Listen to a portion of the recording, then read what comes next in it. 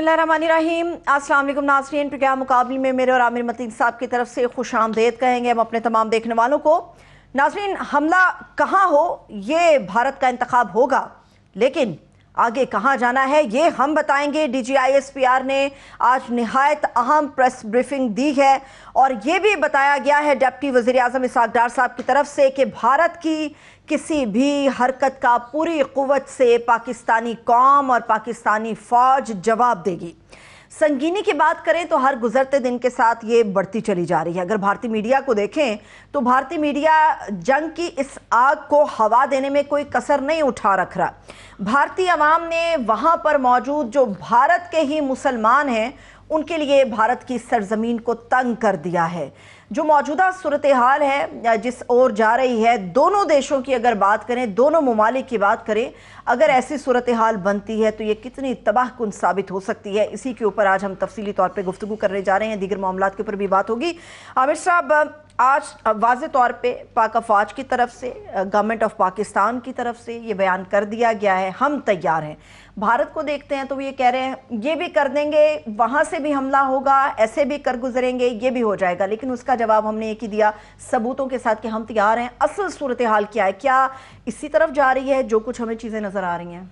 जी, अभी दोनों तरीके से देखा जा सकता है। एक तो ऑफ कोर्स तनाव इस वक्त बढ़ रहा है और ख़ास तौर पे भारतीय मीडिया, भारत की हुकूमत, भारत की अवाम, उधर एक वॉर हिस्टेरिया क्रिएट कर दिया गया है और डिलिबरेटली क्रिएट कर दिया गया है। उसके बाद से उन्होंने हुकूमत से अपनी उम्मीदें भी लगा ली हैं और क्योंकि मोदी साहब का ये एक तरीक़ाकार रहा हुआ है कि जब भी दाखिली उनका ग्राफ नीचे जाता है तो इस तरह का कुछ ना कुछ हमने ये उड़ी पे भी देखा, पुलवामा में भी देखा और ये अब भी बिहार के अंदर अक्टूबर में इलेक्शन है। सो लिहाजा ये एक प्रोट्रैक्टेड आप टेंशन समझ सकते हैं, ये 1-2 महीने शायद तैयार रहना चाहिए कि इस तरह की ही फ़ज़ा रखी जाएगी। और तनाव ऑफ कोर्स ज़्यादा है कि हम कल भी ये कह चुके थे कि ये सीज़ फायर जो है कि वायलेशन नहीं हो रही। अभी सीज़ फायर तकरीबन समझें जो कि काफ़ी सालों से चल रहा था, इसको ख़त्म ही समझें और शायद इसकी आने वाले दिनों में, अभी तो ये स्मॉल आर्म्स की फायरिंग हो रही है, मार्टर तो गोले चलने की भी इतलाएँ हैं कि ख़ास तौर पे कंट्रोल लाइन पर कियानी मंडल सेक्टर में भारत की इश्तियाल अंगेज़ जो है फायरिंग है। फिर जो है वहाँ पे हमने जो है जवाबी फायर के अंदर मकबूजा कश्मीर में पत्रा पोस्ट जी की पोस्टें तबाह की हैं और भारत की तरफ से ये बढ़ रही है जो है ना LOC के ऊपर और वर्किंग बाउंड्री के ऊपर फायरिंग जो है ना इश्तियाल अंगेज़ी। और ये आने वाले दिनों में ये भी उम्मीद की जा सकती है कि तोपखाने का भी इस्तेमाल हो, क्योंकि जो वर्किंग बाउंड्री और LOC के साथ जो भारत जो है अपनी साइड से वो गांव खाली करवा रहा है, जिसका ये मतलब होता है हमारे लिए सिचुएशन ये ख़राब थोड़ी इसलिए होती है कि वो जब हमारे सिविलियंस के ऊपर तोपखाने से गोले दागते हैं, हम नहीं दाग सकते क्योंकि उस तरफ भी कश्मीरी मुसलमान बहन भाई हैं, तो हम उस तरह की वैसे भी एक जो है ना बिला तफरीक जो है फायरिंग नहीं करते। दूसरा, हम रिटेलिएशन में जा भी नहीं सकते मुकाबले में कि हमें दोनों साइड के अवाम का ख्याल करना पड़ता है, उधर भी कश्मीरी लोग मौजूद हैं। तो बहरहाल इस वक्त ये तनाव है, मगर जो है पाकिस्तान की गवर्नमेंट की तरफ से ख़ास तौर पर कल रात को जो है हमारे वज़ीर इत्तलात साहब उन्होंने ये खबर दी कि उनको एक क्रेडिबल जो है एविडेंस इसका शायद मौजूद है कि भारत 24 से 36 घंटों में मुमकिन फ़ौजी कार्रवाई कर सकता है। ये कल उन्होंने रात को लेट नाइट ये बयान दिया कि पहलगाम वाक़े को जवाज़ बनाकर तैयारी कर रहे हैं और हमने उनको जो है शफाफ तहकीकात की पेशकश की है, मगर वो इससे ना सिर्फ के इसको उससे ग्रेज़ कर रहे हैं बल्कि इश्तियाल अंगेज़ी कर रहे हैं। इस तरह ही ख्वाजा आसिफ साहब का भी बयान आया है कि वो उन्होंने भी संदेश का कहा है कि ये जंग का ख़तरा हो सकता है, मोस्ट इम्पोर्टेंट है जी। इस वक्त। मगर मेरा अपना ये ख्याल भी है और इंडिया के अंदर जो जिनको मैं क्रेडिबल लोग समझता हूँ उनकी तरफ से दूसरा रुख भी पेश किया जा रहा है। फॉर एग्ज़ाम्पल, हमने कल भी जो है ना प्रवीण सोनी साहब को कोट किया था कि वो कह रहे हैं कि भारत इसलिए कि उसको बहुत कुछ सोचना पड़ता है करने के लिए, क्योंकि वेस्टर्न सेक्टर पे हमेशा उनको हज़ीमत बर्दाश्त करनी पड़ी और उनकी तैयारी भी नहीं है और इस वक्त वो अफोर्ड भी नहीं कर सकते हैं कि इसका करना। मैं उनको इसलिए सीरियसली भी लेता हूं कि उन्होंने ये जो गलवान में इंडिया, भारत और चाइना की जो टेंशन हुई इस वक्त तक, वहाँ पे LAC एक्टिव हो गया हुआ है, उसकी उन्होंने 2019 के बाद पेशगोई कर दी थी। अपनी जो पहली किताब लिखी थी dragon at the door step, उसमें उन्होंने जिक्र कर दिया था कि भारत जो है कश्मीर में 370 के एब्रोगेशन के बाद, रेवोकेशन के बाद वो एक्टिव पार्टी है, और हमने चीन खुश नहीं है हमारे से, और उसके बाद चीन का उनकी बिल्कुल पेशगोई के मुताबिक वो एक्टिव जो है फ्रंट खुल गया। उनका ये कहना है कि भारत जो है वो हॉट वॉर, मतलब है कि बाकायदा जंग में नहीं जो है जाएगा, और ना ही एयरफोर्स उनकी क्रॉस करेगी बॉर्डर। हाँ, ये तमाशे जारी रहेंगे, गोलाबारी करेंगे, और जो है अपनी पब्लिक के अंदर जो है ना इस तरह की हाइप क्रिएट करेंगे, एक सियासी उसके पहलू के ऊपर वो रखेंगे, और उन्होंने उसकी वजूहात दी हैं।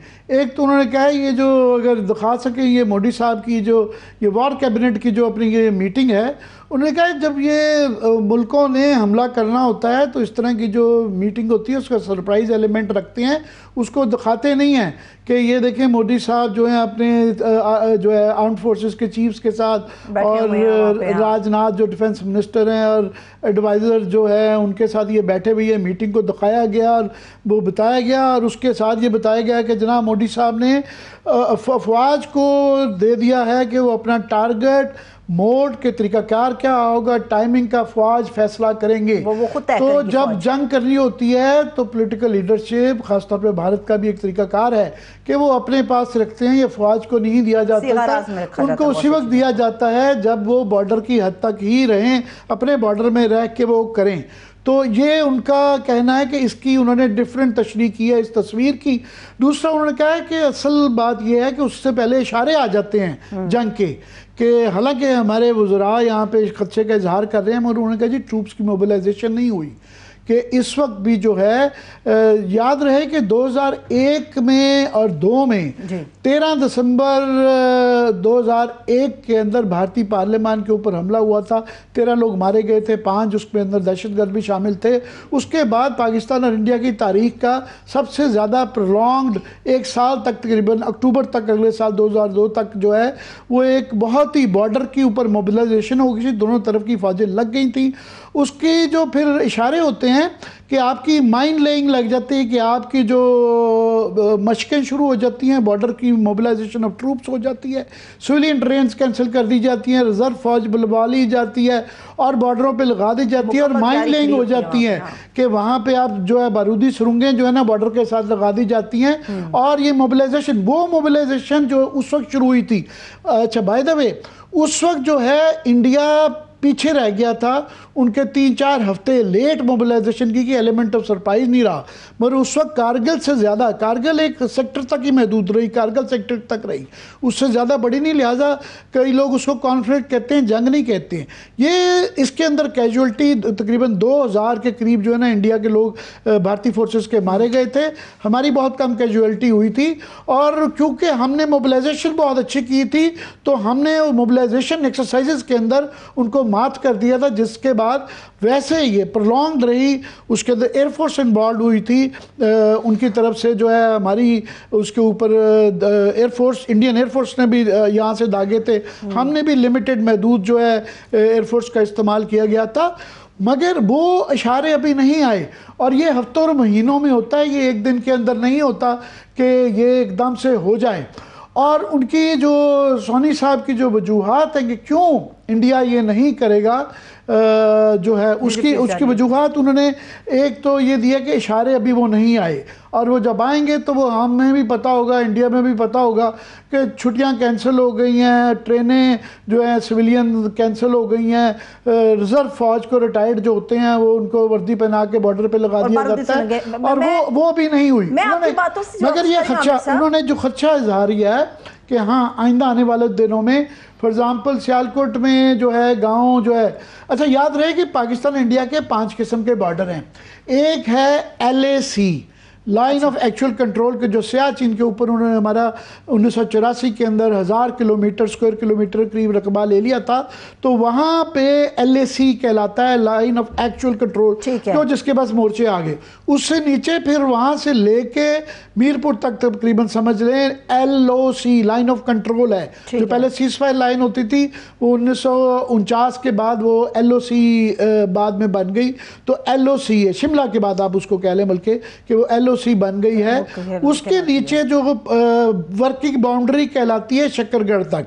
ये तकरीबन मीरपुर से समझ लें शकरगढ़ तक जो है, इसके अंदर उस तरफ भारत की तरफ जो है, इस तरफ पाकिस्तान है, दूसरी तरफ कश्मीर है। तो ये इंटरनेशनल बॉर्डर नहीं है, ये वर्किंग बाउंड्री कहलाती है। ये नक्शे पे आप देख रहे होंगे, ये चल रहा है कि जहाँ पाकिस्तान इस तरफ है, यहाँ नॉर्मल हमारा बॉर्डर है, उनकी तरफ कश्मीर का बॉर्डर है। और उसके बाद फिर जो है वो इंटरनेशनल बाउंड्री शुरू होती है शकरगढ़ से लेके नीचे डेल्टा तक सिंध के, फिर आखिर में जो सर क्रीक जो डेल्टा आ जाता है, वहाँ थोड़ी सी भी जो है ना अनएम्बिगुअस बाउंड्री है, मगर वहाँ पे डेल्टा की बाउंड्री है। तो ये 5 किस्म के बॉर्डर हैं। तो अभी डिप्लॉयमेंट नहीं हुई, अभी ट्रूप्स मोबिलाइजेशन नहीं हुई, हाँ तैयारियां बढ़ रही हैं, मगर वो कह रहे हैं कि उनका ख्याल है कि भारत ये जुर्रत नहीं करेगा। और उसकी वजह वो कहते हैं सबसे ज़्यादा इम्पॉर्टेंट कि इंटरनेशनल माहौल नहीं है, भारत को पजीराई नहीं मिली है। अमेरिका ने भी जो है ना बैलेंस किया है, हालांकि अमेरिका उनकी साइड पे है, मगर ट्रंप साहब ने भी कहा ये खुद ही फिगर आउट कर लेंगे, दहशत गर्दी की ज़रूर मजम्मत की है, वो नहीं है।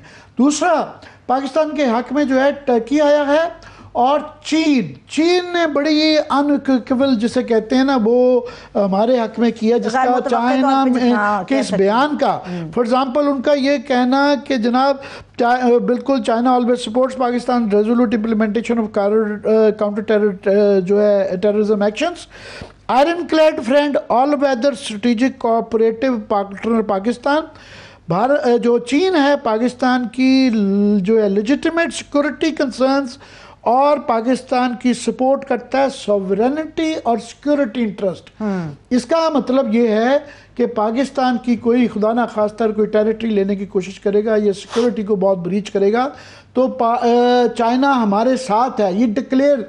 चीनी बहुत मोहतात एक एक लफ्ज सोच के बोलते हैं, कोई भाम नहीं। तो ये उन्होंने क्लियरली ये कहा है कि हम पाकिस्तान के खड़े हैं, इसकी सॉवरेनिटी अगर ब्रीच हुई, यानी कि अगर उनके ट्रूप्स या उनके एयरफोर्स जो है वो वो नेवी का भी वो थोड़ी सी ये कर सकते हैं कि पेट्रोलिंग अग्रेसिव करेंगे, गोलाबारी अग्रेसिव करेंगे, मगर क्रॉस करेंगे तो चीन हमारे साथ खड़ा है। और चीन के इस इशारे को भारत में बहुत सीरियसली संजीदगी से लिया गया और बहुत ज्यादा डिस्कस और उसकी वजह उन्होंने 4-5 वजूहात सोनी साहब ने बताई हैं। तो अगर आपके पास वक्त तो मैं चाह रही थी कि इसको हम फर्दर डिस्कस करते रहेंगे, लेकिन हमारे मेहमान हमारे साथ मौजूद है, चूंकि आपने अमेरिका की भी मिसाल दी है और खित्ते के बारे में बात की, इंटरनेशनल जो सूरत हाल है इस पूरे मामले के ऊपर उसके ऊपर बात की है, तो अपने मेहमान का तारुफ भी हम करा देते हैं। इस वक्त सीनियर सहाफ़ी हैं, तज्ज़ियाकार हैं, प्रोफेसर डॉक्टर अवैस सलीम साहब, उन्होंने में ज्वाइन किया है। डॉक्टर साहब बेहद शुक्रिया आपके वक्त के लिए। जी हाँ जी बहुत प्रोफेसर आपका शुक्रिया। हमने ख़ास तौर पे आपको अमेरिका में इसलिए भी वो जो है बॉदर कर रहे हैं कि अमेरिका के ऐसे मौक़ों पे बहरहाल बहुत बड़ा रोल होता है। पाकिस्तान का जो 2001 का स्टैंड ऑफ आया था पाकिस्तान और इंडिया का, जो कि सबसे बड़ा स्टैंड ऑफ माना जाता है जंगों के अलावा, उस वक्त फिर अमेरिका ने उस वक्त मुझे याद है आर्मिटेज आए थे, यहाँ मुशर्रफ थे, उस तरफ वाजपेयी साहब थे, और फिर हमारा दोनों का जो है वो उसको जो है एक किस्म का आप समझ लें नेगोशिएशंस करवा के सेटलमेंट करवा दी गई थी। तो अमेरिका की तरफ नज़रें अभी तक की तो ये है कि मार्को रूबियो ने उनका ये बयान आया है कि वो दोनों मुल्कों के साथ वो इन टच हैं, वो जो है इवेंट्स को जो हैं और मामलात को बड़े बगौर देख रहे हैं, और वो दोनों तरफ से अपने हम मनसबत यानी फॉरेन मिनिस्टर से वो बात भारत और पाकिस्तान से करें। आप ये सारा मामला अमेरिका से बगौर देख रहे हैं, सारी उम्र आपकी पाकिस्तान की सहाफ़त में गुजरी है, अभी आप अमेरिका में बेस्ड हैं, कैसे वहाँ से देख रहे हैं और आपके ख्याल में अमेरिका में इस मामले पे कैसे देखा जा रहा है? बहुत शुक्रिया आमिर साहब। देखिए ये सारा मामला पिछले चंद दिन से जब से पहलगाम अटैक हुआ है जैसे चल रहा है, मेरा ख्याल है कि इसमें मुझे जाती तौर पर जो है वो बड़ा एक तरह से अफसोस है, लेकिन हैरत नहीं है कि जब ये पहला बयान आया सदर ट्रंप का कि जी ये आपस में खुद ही सॉर्ट आउट कर लेंगे, क्योंकि मैं बड़े अरसे से ये देख रहा हूँ पाकिस्तान के मुआशी मामलात हों, दिफाई मामलात हों या डिप्लोमेटिक मामलात हों, दुनिया ने ऐसे लगता है कि हमें हमारे हाल पर छोड़ दिया है। और वो ये कहते हैं कि इन्होंने तो वो जो एक रशियन रोलेट होती थी जो हम दुनिया के साथ खेलते थे, अपनी स्ट्रेटेजिक एसेट के तौर पर अपनी हैसियत को इस्तेमाल करते हुए दुनिया अब शायद उससे थोड़ी सी तंग आ गई है। और सिर्फ हमसे तंग नहीं आई, भारत के जो एक्सपेंशनिस्ट डिजाइन्स हैं और वो जो हर मौके पर वो ये चाहते हैं कि वो जो अंग्रेजी का मुहावरा है कि दे पंच अबव देयर वेट, उनका ये ख्याल है कि खित्ते के अंदर उनकी वो हैसियत हो गई है जो दुनिया में अमेरिका की है और वो शायद उनके हमपल्ला एक कुव्वत बन गए हैं, उससे भी दुनिया को खुश नहीं है। मैं अगर आपको याद कराऊं, कुछ अरसा पहले अमेरिका के अंदर खबरें छपी, बाकायदा एक मुकदमा बना भारत के खिलाफ कि वो किस तरह जो है अपने सियासी मुखालफीन को दुनिया के मुख्तलिफ मुल्कों में जो है वो जान से मारने की कोशिश कर रहे हैं अपनी खुफिया एजेंसी के थ्रू। फिर कनाडा के अंदर बाकायदा एक स्टैंड ऑफ हुआ भारत का। तो हमारे जो मामलात हैं इस खित्ते में ऐसे लगता है कि दुनिया उससे थोड़ा सा आगे बढ़ गई है, क्योंकि हम वो राउंड एंड राउंड घूम रहे हैं। और अब देखें ना, जर्मनी ने, ईस्ट एंड वेस्ट जर्मनी ने अपने मसाइल का हल निकाल लिया, अमेरिका और रूस कोल्ड वॉर से आगे बढ़ गए, चीन जो है वो अपने तमाम मुखालफीन के साथ मामलात को हल कर रहा है, सऊदी अरब और ईरान बात कर रहे हैं, इसराइल के साथ इवन अरब ममालिक के जो तनाज़ात हैं ऐसे लगता है कि वो उससे आगे बढ़ना चाहते हैं, लेकिन पाकिस्तान और भारत अभी तक वहीं फंसे हुए हैं। और हर कुछ अरसे के बाद ये एक फ्लैश पॉइंट बन जाता है, तो एक फटीक की कैफियत मुझे नजर आती है। लेकिन उसका मतलब ये नहीं है कि दुनिया जो है वो कोई प्रिवेंटिव मेजर्स नहीं लेगी। अमेरिका का जो रोल है वो आपको उतना ओवर्ट शायद ना नजर आए, लेकिन कहीं ना कहीं वो इस एस्केलेशन को नीचे लाने में अपना किरदार जरूर अदा करेंगे, क्योंकि अमेरिका में और पूरे वेस्ट में ये जो न्यूक्लियर कैपेबिलिटी है पाकिस्तान और भारत की, इसके हवाले से एक पैरानोया पाया जाता है और वो नहीं चाहेंगे कि कोई एस्केलेशन जी एस्केलेशन होती है। तो ये पैटर्न रहा हुआ है कि अमेरिका और पूरी दुनिया जब एस्केलेशन होती है तो वो इन्वॉल्व होते हैं। अभी चाहे उस तरह का ना नज़र आ रहा हो रिस्पांस जो इंटरनेशनल कम्युनिटी से, शायद उसकी वजह ये भी हो कि वो भी एस्केलेशन का लेवल वो ज़्यादा नहीं है। दूसरा, कल परसों न्यूयॉर्क टाइम्स में मैं खबर देख रहा था, ये छपी कि भारत बड़ी एक्टिव जो है एग्रेसिव किस्म की जो है डिप्लोमेसी कर रहा है। और मोदी साहब ने खुद जो है प्रेसिडेंट्स और चीफ एग्जीक्यूटिव्स को जो है 10-12 मुल्कों के बात की है, फिर उनका फॉरेन ऑफिस बहुत एम्बेसीज को ब्रीफ कर रहा है। मगर वो न्यूयॉर्क टाइम्स की स्टोरी के बकौल कि एविडेंस कोई शेयर नहीं कर रहे, और उन्होंने बगैर एट्रीब्यूट किए कि कौन लोग हैं, उन्होंने कहा जो लोग उन मीटिंग्स में रहे हैं उनका ये कहना है कि भारत कोई एविडेंस उस मीटिंग में नहीं दिखाया। मीडिया के जरिए इस तरह के शवायद किए जा रहे हैं सोर्सेज के हवाले से, जो एक तरीकाकार होता है, और उनका मीडिया फ़ौरन सोर्सेज का जिक्र नहीं करता, वो उसको जर्नलिस्टिक स्टोरी बना के पेश कर देता है। उनके हमें भी यहाँ स्टोरियाँ दी हैं, मगर हम कह देते हैं पाकिस्तान हुकूमत के मुताबिक उनका ये वर्जन है। तो उनके यहाँ ये ज़राए ख़त्म हो जाते हैं, स्टोरी ऑन करते हैं कि जो शवाहिद हैं, तो उस स्टोरी के बकौल के वो शवाहिद एक्सचेंज नहीं किए गए, वो नहीं बताए गए, और भारत बगैर उसके बड़ा मुश्किल है उनके लिए अपना पॉइंट ऑफ व्यू को बेचना और उसकी बिना पे जंग शुरू करना। ये सेल होता हुआ नज़र नहीं आ रहा। क्या ये थिंकिंग अमरीकी एस्टेब्लिशमेंट में भी आपको पाई जाती नज़र आती है? जी देखिए, इस थिंकिंग की एक बुनियाद है। मैंने जैसे आपको कहा कि अमेरिका के अंदर जो संजीदा हलके हैं वो भारत की जो अप्रोच है उससे खुश नहीं है। अगर आपको याद हो 2019 में ये जो वाकया हुआ था अभिनंदन वाला, जिसके बाद बड़ा शोर मचाया था भारत ने कि हमने तैयारे पाकिस्तान के अंदर भेजे हैं और उन्होंने पाकिस्तानी F-16s को तबाह कर दिया है, और फिर उसमें से खबर यही निकली कि वो पेलोड गिराकर वापस चले गए हैं और उसमें चंद दरख्त तबाह हुए हैं। अमेरिका के अंदर आपको याद होगा जो दिफाई तज्जिया कार थे और जो इस हवाले से रिसर्च करने वाले इदारे थे, उन्होंने इंडिया के उस सो कॉल्ड एविडेंस को काउंटर किया और उन्होंने कहा कि हमारे जो रिकॉर्ड है उसके मुताबिक पाकिस्तान का कोई तैयारा तबाह नहीं हुआ और इस तरह की कोई चीज भारत ने नहीं की।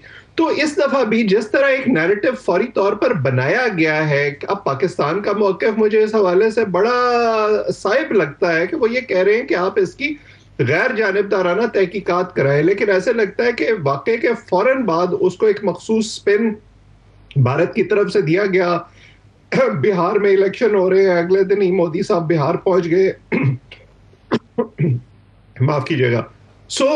फिर उनका मीडिया, आपने बड़ा ठीक कहा कि वो उनका मीडिया जो है वो एक मखसूस लाइन लेता है। तो दुनिया इतनी बेवकूफ नहीं है कि वो अंधाधुंध उनकी बात पर यकीन करना शुरू कर दे। वो उनसे एविडेंस मांगेंगे और अगर वो एविडेंस बावजूद नहीं देना चाहेंगे, उनकी जो भी इंटरनल डायनामिक्स हैं, जो भी उनको पॉलिटिकल माइलेज उससे हासिल करना है, तो वो शायद भारत के अंदर तो उनको हासिल हो जाए, लेकिन इंटरनेशनली उसका उतना फायदा उनको नहीं है। सिर्फ ऐड ऑन कर दूं, अमेरिकी वजीर खारजा से भी प्राइम मिनिस्टर का राब्ता हुआ है, टेलीफोनिक राब्ता, और प्रेस रिलीज बाकायदा वज़ीर-ए-आज़म ऑफिस से ये रिलीज की गई है कि मार्को रूबियो से टेलीफोनिक राब्ता हुआ है। शहबाज शरीफ और पहलगाम वाक़े के ऊपर उन्होंने मुकम्मल तफसील के साथ उनसे बात की है। जी, पहले ये इतला थी कि मार्को रूबियो जो हैं वो अपने हम मनसब वज़रा से, फॉरेन मिनिस्टर से पाकिस्तान और इंडिया के बात करेंगे, तो ये प्राइम मिनिस्टर से की उनसे बात होने की इतलाएँ आ रही हैं। इसकी तफसीलात भी आ जाएंगी। ज़ाहिर है उन्होंने अपने कंसर्न्स शो किए होंगे और पाकिस्तान को बिल्कुल करने भी चाहिए हैं। मगर मैं अमेरिका के जो इस वक्त हुकूमत है, ट्रंप इंतज़ामिया जो है डॉक्टर साहब, वो they have too much on their plate already, कि यूक्रेन का मसला चल रहा है, गाज़ा का चल रहा है, सबसे ज़्यादा ये जो तजारती जंग है उस टैरिफ्स की रोशनी में डोमेस्टिक बहुत ज़्यादा एक रिएक्शन चल रहा है। ट्रंप साहब को उसके साथ डील करना है और उसके मुज़मरात जो हैं चीन के वाले से वो कर रहे हैं। तो ये एक साइड इशू उनके लिए लगता है कि शायद इतनी टेंशन अनटिल अनलेस कोई एस्केलेशन आए तो फिर शायद वो इंटरवीन करें। क्या मैं सही सस कर रहा हूँ इसको? ये आपकी बात बिल्कुल ठीक है और हम इसके बारे में अमेरिकी इलेक्शन से पहले भी बात करते रहे हैं कि जो हमारा खित्ता है इस वक्त वो अमेरिकी इंतज़ामिया की तरजीहात में कहीं नहीं है उस तरह से जैसे पहले हुआ करता था। और हमने जब से सदर ट्रंप ने ओथ उठाया है, उनकी कैबिनेट ने अपनी पोजीशन संभाली है, हम मुसलसल देख रहे हैं कि खित्ते के हवाले से कोई उस तरह का, हालांकि मोदी साहब ने उसके बाद यहाँ एक विजिट भी किया, लेकिन उस तरह का रिसेप्शन शायद उनको नहीं मिला जो वो एक्सपेक्ट कर रहे थे।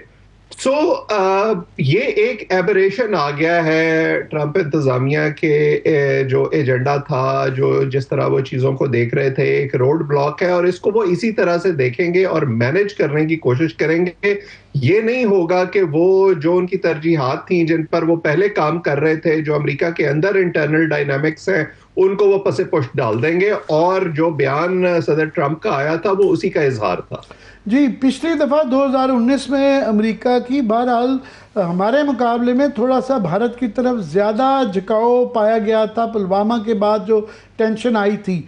अभी उनको अमेरिका से जो नज़र आ रहा है वो बड़ा उनका न्यूट्रल, ऑफ कोर्स उन्होंने मजम्मत की है टेररिज्म की, मगर उन्होंने किसी जगह पाकिस्तान का नाम नहीं लगा लिया। और ट्रंप साहब ने तो कहा कि फिगर आउट कर लेंगे खुद ही, ये इनका ये मामला चलता रहता है। यही जो है रूस की तरफ से भी कोई बहुत ज़्यादा भारत की फेवर में जैसे पहले हमेशा होता था 65 से ऑनवर्ड, वो नहीं स्टेटमेंट है। और चीन का क्लियरली जो है पाकिस्तान की सॉवरेनिटी और सिक्योरिटी को वो सपोर्ट करते हैं और उनकी तरफ से यह इशारे कि इसकी वायलेशन के अंदर वो डायरेक्टली जो है इसका बहुत सीरियस नोटिस लेंगे।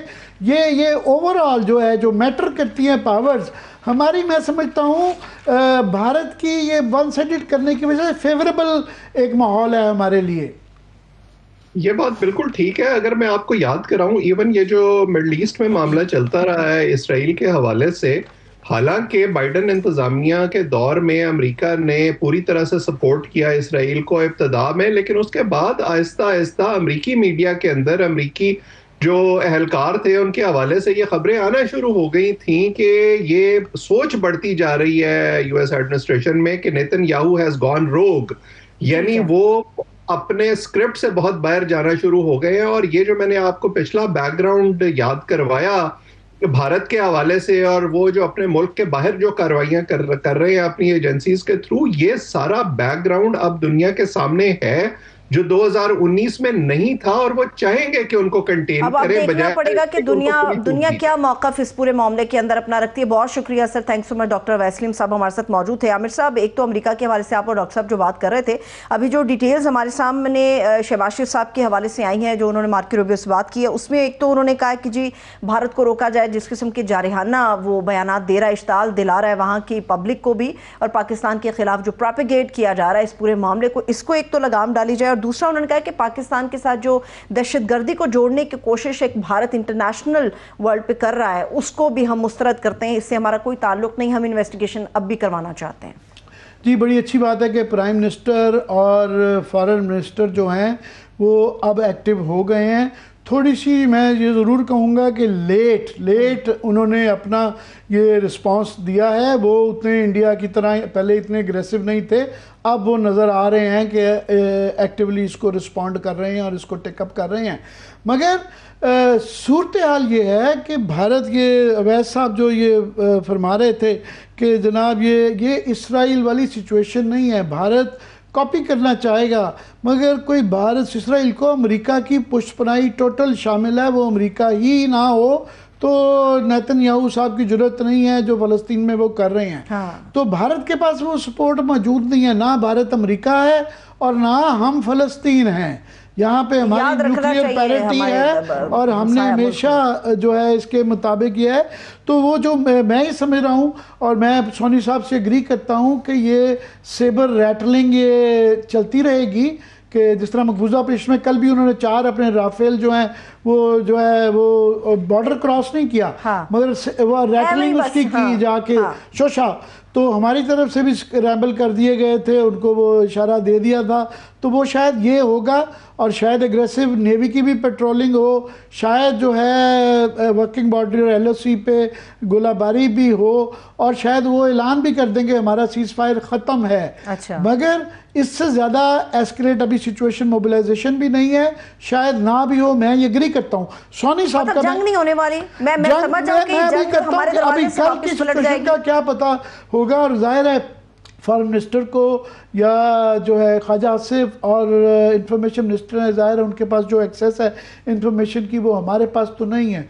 वो अगर ये ऐलान खदशात का इजहार कर रहे हैं तो उनके पास कोई इन्फॉर्मेशन होगी, पर हमने तो तजिया करना होता है ग्राउंड सिचुएशन का। ग्राउंड सिचुएशन से वो इशारे आ जाते हैं कि ये मोबिलाइजेशन क्यों। मैं समझता हूँ सोनी साहब से मैं एग्री करता हूँ कि जंग नहीं होगी। वो 5-6 वजूहात हैं उसकी, जिसकी एक ये चाइना का इस बयान से, क्योंकि वो भारत के लिए ये परेशान कुन है कि इस वजह से भी कि ये इस वक्त जो है भारत 2 फ्रंट वॉर नहीं अफोर्ड कर सकता।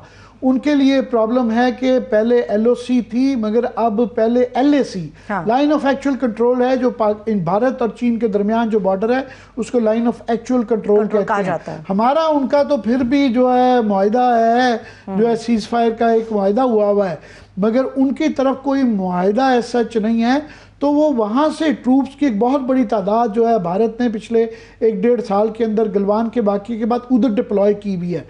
वो वहाँ से एक बहुत साइजेबल जो है ट्रूप्स मूव करके कश्मीर पे नहीं ला सकते, क्योंकि वो ख़तरा भी टला नहीं है, अभी वहाँ भी स्टैंड ऑफ चल रहा है। दूसरा, भारत के लिए कश्मीर की सूरत हाल बहरहाल कशीदा है। उनके अपने तमाम ही लोग कह रहे हैं, मैं देख रहा था अमरजीत दुल्लत साहब और इस तरह के जो उनके सीनियर एलिमेंट्स हैं, वो कह रहे हैं कश्मीर में नॉर्मलसी नहीं हुई। ये पहलगाम का वाक़या इस चीज़ की निशानदही कर रहा है कि ये जो बताया जा रहा था कि एवरीथिंग इज हंकी डोरी, इट इज़ नॉट। वहाँ पे अभी भी जो है प्रॉब्लम है, और भारत के लिए कोई इस तरह की मोबिलाइजेशन या मज़ीद ये एस्केलेट करती है तो सप्लाई लाइंस को और कम्युनिकेशन लाइन जो कश्मीर से गुजरती हैं वो बड़ी उसको थ्रेटन है। इसलिए उनको बहुत बड़ी एक उधर भी जो कहते हैं ना लुकिंग ओवर द शोल्डर्स, उनको इधर भी एक निगाह रखनी पड़ेगी। ये एक फैक्टर है। अगर इजाजत दे तो आमिर साहब, क्योंकि कशीदगी की बात हो रही, सियालकोट का हम सियालकोट में जारी करते हैं, मैं कुकली आर्गूमेंट में कंप्लीट कर लूँ कि क्यों भारत के लिए जो है 100 दफ़ा सोचना पड़ता है। एक तो ये कश्मीर की सूरत हाल है कि उनकी डिप्लॉयमेंट उधर है, दूसरा जो है उनके लिए सप्लाई लाइंस का मसला है। तीसरा जो है भारत चाइना की जब वो ये कह देते हैं कि वो पाकिस्तान की सॉवरेनिटी और सिक्योरिटी की सपोर्ट करते हैं, इसका मतलब है कि उनकी और हमारी एक्सेस है। ये हम रिकॉर्ड पे है पहले ही कि चाइना के जो सैटेलाइट, भारत की सैटेलाइट्स उनकी अपनी की हुई है मगर उनकी कोई डेडिकेटेड सैटेलाइट्स नहीं है। आजकल की मॉडर्न वॉरफेयर के अंदर सैटेलाइट बड़ी है दूसरों की सर्वेलेंस के लिए, कि बैटलफील्ड की जो है ऊपर से मॉनिटरिंग के लिए, ड्रोन वॉरफेयर के लिए और मिसाइल वॉरफेयर के लिए जो है सैटेलाइट का फैक्टर बहुत बड़ा है। हमारा चाइना का जो कोऑपरेशन है, हमें एक्सेस है, उनका जो बेडू सिस्टम है वो दुनिया का, वो अमेरिका के मुकाबला कई चीज़ों में अमेरिका से भी आगे हैं वो, हमें एक्सेस है। तो हमारे पास थिएटर की विजिबिलिटी, बैटल ग्राउंड की विजिबिलिटी और सर्वेलेंस की कि उनके कौन से ट्रूप्स कहाँ पे हैं, क्या मोबिलाइजेशन है, उनके पास अपनी सैटेलाइट की उनकी दो सैटेलाइट उन्होंने खुद लॉन्च की हुई हैं मगर डेडिकेटेड सैटेलाइट नहीं है। हमारे पास चीन की डेडिकेटेड है और चीन की टेक्नोलॉजी बहुत ज़्यादा इस पे है। दूसरा फिर ये हमारे पास है कि उन चीन ने की जो साइबर एबिलिटीज़ हैं कि फॉर एग्जांपल जो नॉन काइनेटिक वॉरफेयर के अंदर जो है कि आप जैम कर देते हैं, ये सारा चाइना को ये डर है कि हमारे पास भी चाइना ने ये कैपेबिलिटी शेयर की होंगी और हम भी ये इस्तात रख सकते हैं।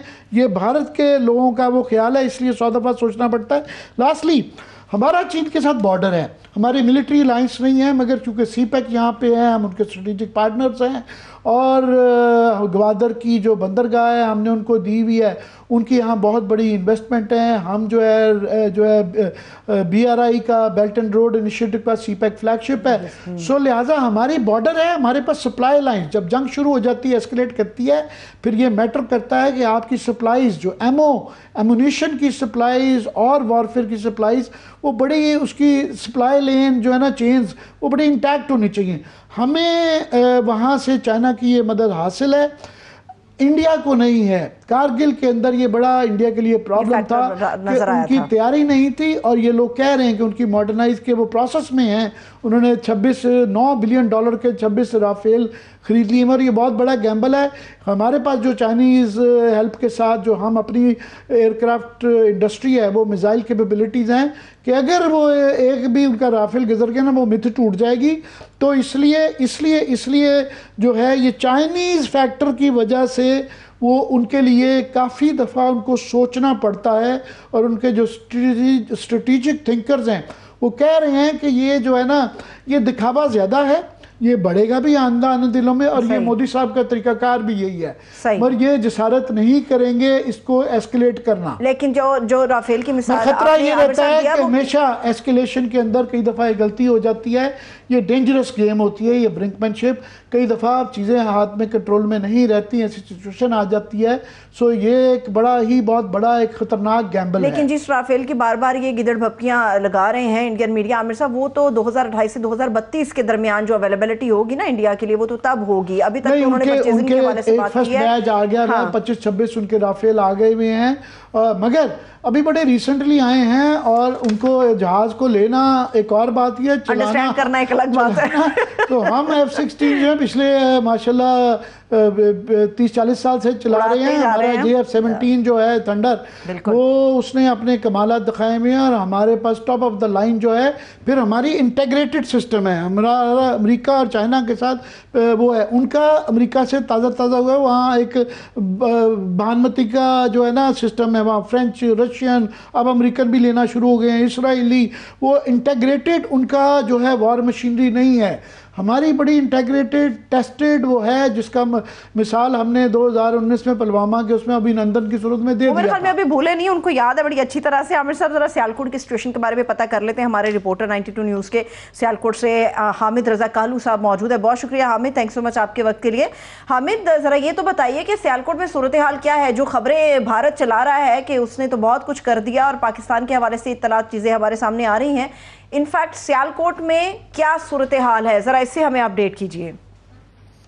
जी, सियालकोट में अल्लाह के फजल से बड़ी अच्छी सूरत हाल है और सियालकोटियों के बारे में तो 1965 का ही पता है भारत को कि सियालकोटियों का जोशो वलबला कैसा होता है, जज्बा कैसा होता है। यहाँ पर सियालकोट की तमाम जितनी ये वर्किंग बाउंड्री है कोई एक मकीन भी वहां से नहीं हिला, जबकि इसके बरक्स अगर देखा जाए तो खनौर सेक्टर और दीगर जो सेक्टर्स, कठुआ सेक्टर, वो शकरगढ़ से लेकर तमाम मीरपुर तक उन्होंने खुद ही लोगों को कह दिया अपने इलाकों को खाली करवाया। और इन तमाम बातों का सियालकोटियों को पता है कि ये लोग इंडियन जो है वो अपने हामिद रजा, हम इसलिए आपको ये तकलीफ दे रहे हैं कि एलओसी तो हॉट है यहाँ से, क्योंकि भारत जो है, कल रात से ये खबरें चल रही थी, हम इंडियन टीवी को मॉनिटर करते हैं कि वो अपनी तरफ के जो है इजला वर्किंग बाउंड्री जो कि मीरपुर से लेके मेरे हाल बड़ा भाई शायद वो जगह है शकरगढ़ में जहाँ वर्किंग बाउंड्री रहती है, आगे इंटरनेशनल बॉर्डर शुरू हो जाता है। तो जब ये बॉर्डर अपनी इस साइड के वो गाँव देहात खाली करवाते हैं तो ये डर होता है कि शायद वो इश्तियाल अंगेज़ी करें, तो खाने का भी इस्तेमाल करें। और क्योंकि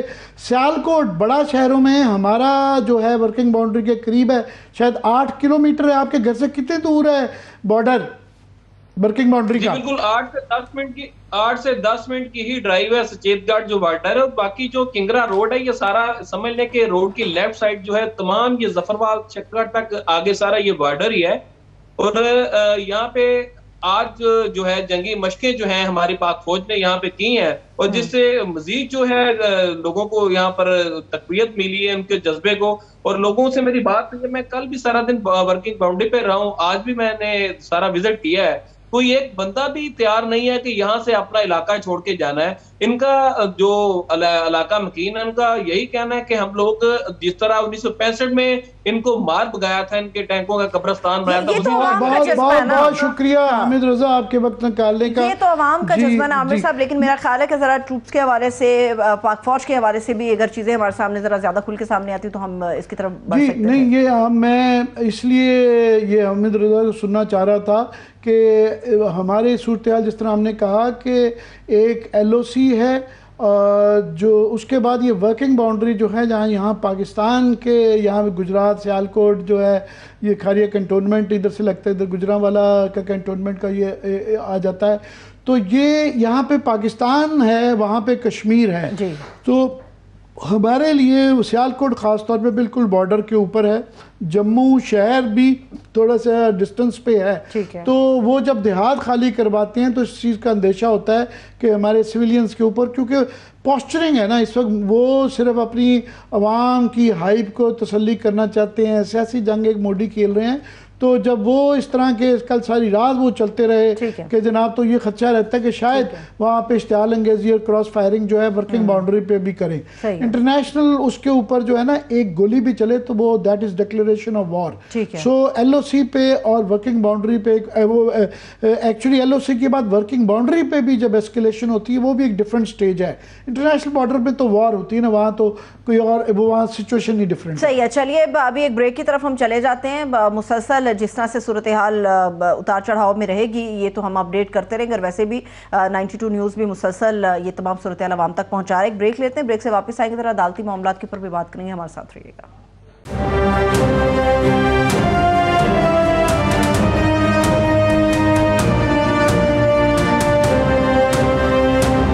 मरतबा फिर से खुश आमदेद कहेंगे हम अपने तमाम देखने वालों को। अदालती मामलात के ऊपर बात करने जा रहे हैं, हमारे कॉरेस्पॉन्डेंट हैं साकिब बशीर साहब, वो हमारे साथ मौजूद हैं। बहुत शुक्रिया साकिब आपके वक्त के लिए। जी आमिर साहब। जी, मैं इसलिए ये भी ज़रूरी है कि इस वक्त क्योंकि एक जंग की सूरत हाल है तो सारा ध्यान हमारा उधर है और होना भी चाहिए। मगर एक ये अदालती जंग भी पाकिस्तान के अंदर चलती रहती है और उसके अंदर भी डेवलपमेंट्स होती रहती हैं। लेटेस्ट डेवलपमेंट ये है कि मखसूस शिस्तों के ऊपर ये 1.5 साल से ये फैसला आया हुआ है मगर इम्प्लीमेंटेशन नहीं हो रही। अभी कोई नया बेंच बना है क्या? साकिब नसीर हमारे कॉरेस्पॉन्डेंट जो हैं, साकिब बशीर साहब, आप ज़रा हमें ज़रा इसके बताएं कि क्या करने जा रहे हैं। जी बहुत शुक्रिया आमिर साहब। इसमें जो मखसूस नशिस्तों का केस था उसमें नजरसानी उसी वक्त दायर हो गई थी, लेकिन तब से अब तक वो फिक्स नहीं हुई थी। आज 30 अप्रैल को नया बेंच उसमें बन गया है। उमूमी तौर पर तो यही होता रहा है आज तक के जो बेंच जो है वो केस सुनता है वही उस पर नजरसानी जो है वो सुनता है, क्योंकि नजरसानी का स्कोप बहुत ही लिमिटेड होता है, बहुत ही नैरो होता है। अपील में पूरा फुल। बड़ी ही हैरानकुन एक सूरत हाल सामने आई है कि जो मेजॉरिटी जज जो फैसला था, जजमेंट थी, उसके जो जजेस थे, justice Mansoor Ali Shah, justice Muneeb, justice Athar Minallah, Irfan Saadat, ये जो है वो 5 जजेस जो मेजॉरिटी जज जिसको जजमेंट कहते हैं हम, वो इसमें बेंच में शामिल ही नहीं है। और तकरीबन 5 नए जो जजेस हैं अभी एलिवेट हुए हैं मुख्तलिफ हाई कोर्ट से, बल्कि चंद दिन पहले जो है वो बाकर नजवी साहब एलिवेट हुए सुप्रीम मखसूस नशिस्तों के इस नजरसानी बेंच में जो डाला गया। जस्टिस अमीनुद्दीन खान और जस्टिस नईम अख्तर अफगान, जिन्होंने ये कहा था कि ये आईनी तौर पर ये फैसला ठीक नहीं है और जो इदारे हैं वो पाबंद नहीं है इस पर अमल करने के। और वो हमने अमली तौर पर भी देखा कि 12 जुलाई 2024 को ये फैसला आया था और आज 30 अप्रैल 2025 हम बात कर रहे हैं।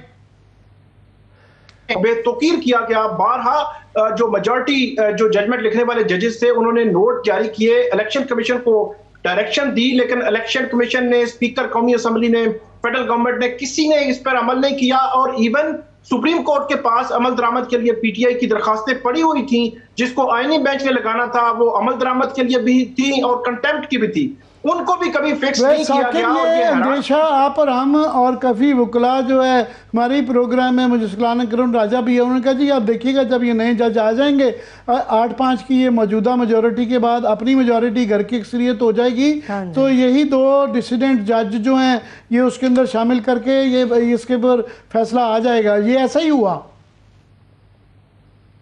जी जी बिल्कुल ऐसे ही नजर आ रहा है। बज़ाहिर जो है इस तरफ सिचुएशन जो है वो जा सकती है, और खास तौर पर जब मेजॉरिटी जो जजेस थे वो है ही नहीं है इसमें और नए जजेस आ गए हैं, वो जजमेंट कैसे, वो उन्होंने सुना ही नहीं केस, वो कैसे जो है वो इस केस को आगे बढ़ाएंगे। ये अपनी नौयत का एक मुनफिद केस जो है वो तस्वर होगा। और खास तौर 80 या 82 जो है वो इसमें नशिस्तें हैं, अगर उसमें से हाफ 40 भी अगर गवर्नमेंट को मिल जाती हैं तो एक सिनेरियो ही तब्दील हो जाएगा। फिर गवर्नमेंट को कभी JUIF की जरूरत नहीं होगी 2/3 मेजॉरिटी के लिए, और वो 27वीं तरमीम या कोई भी अगर कोई लेजिस्लेशन होनी है तो वो बड़ी आसानी उसमें होगी। तो इस केस का जो दारोमदार है वो मुस्तकबिल का सिनेरियो मजीद धुंधला हो सकता है, जहां पे हम देख रहे हैं अभी भी जुडिशरी में जो जजमेंट्स हैं उन पर अमल नहीं हो रहा। सुप्रीम कोर्ट की इसी जजमेंट पे, इसी तरह इस्लामाबाद हाई कोर्ट में जो जेल मुलाकातों के केस हैं उस पर अमल नहीं हो रहा। मल्टीपल इश्यूज जो हमें नजर आ रहे हैं, ट्रांसफर जजेस आ गए, जिन जजेस ने खत लिखा उन जजेस को जो है वो कहीं ना कहीं इनडायरेक्टली निशाना बनाया जा रहा है। तो ये सारी सिचुएशन मजीद जो है वो खास तौर पर जुडिशरी के हवाले से जो है वो गंभीर होगी इस केस और इस जजमेंट और रिव्यू। पर वो हमें तो 90 दिन के केस का सबसे बड़ा केस था जिसको इम्प्लीमेंट नहीं किया गया। इसका ना सिर्फ कि इम्प्लीमेंट नहीं इतना अरसा किया गया, बल्कि इसको जो है नज़र आता है कि इस बात का कभी इम्कान है कि ये पलटा दिया जाएगा। इस्लामाबाद हाई कोर्ट के जो केसेस, उनकी जो सीनियरिटी का जो इशू था, उसके ऊपर अब क्या डेवलपमेंट है? जी उसमें जो केस है वो इंपॉर्टेंट डेवलपमेंट ये है कि किया गया था इस सारे ट्रांसफर जजेस की जो समरीज थी, उन समरीज में 2, 3, 4 ऐसे तजाद सामने आए हैं जो से एक समरी में जब इनिशिएट किया गया तो कहा गया पंजाब से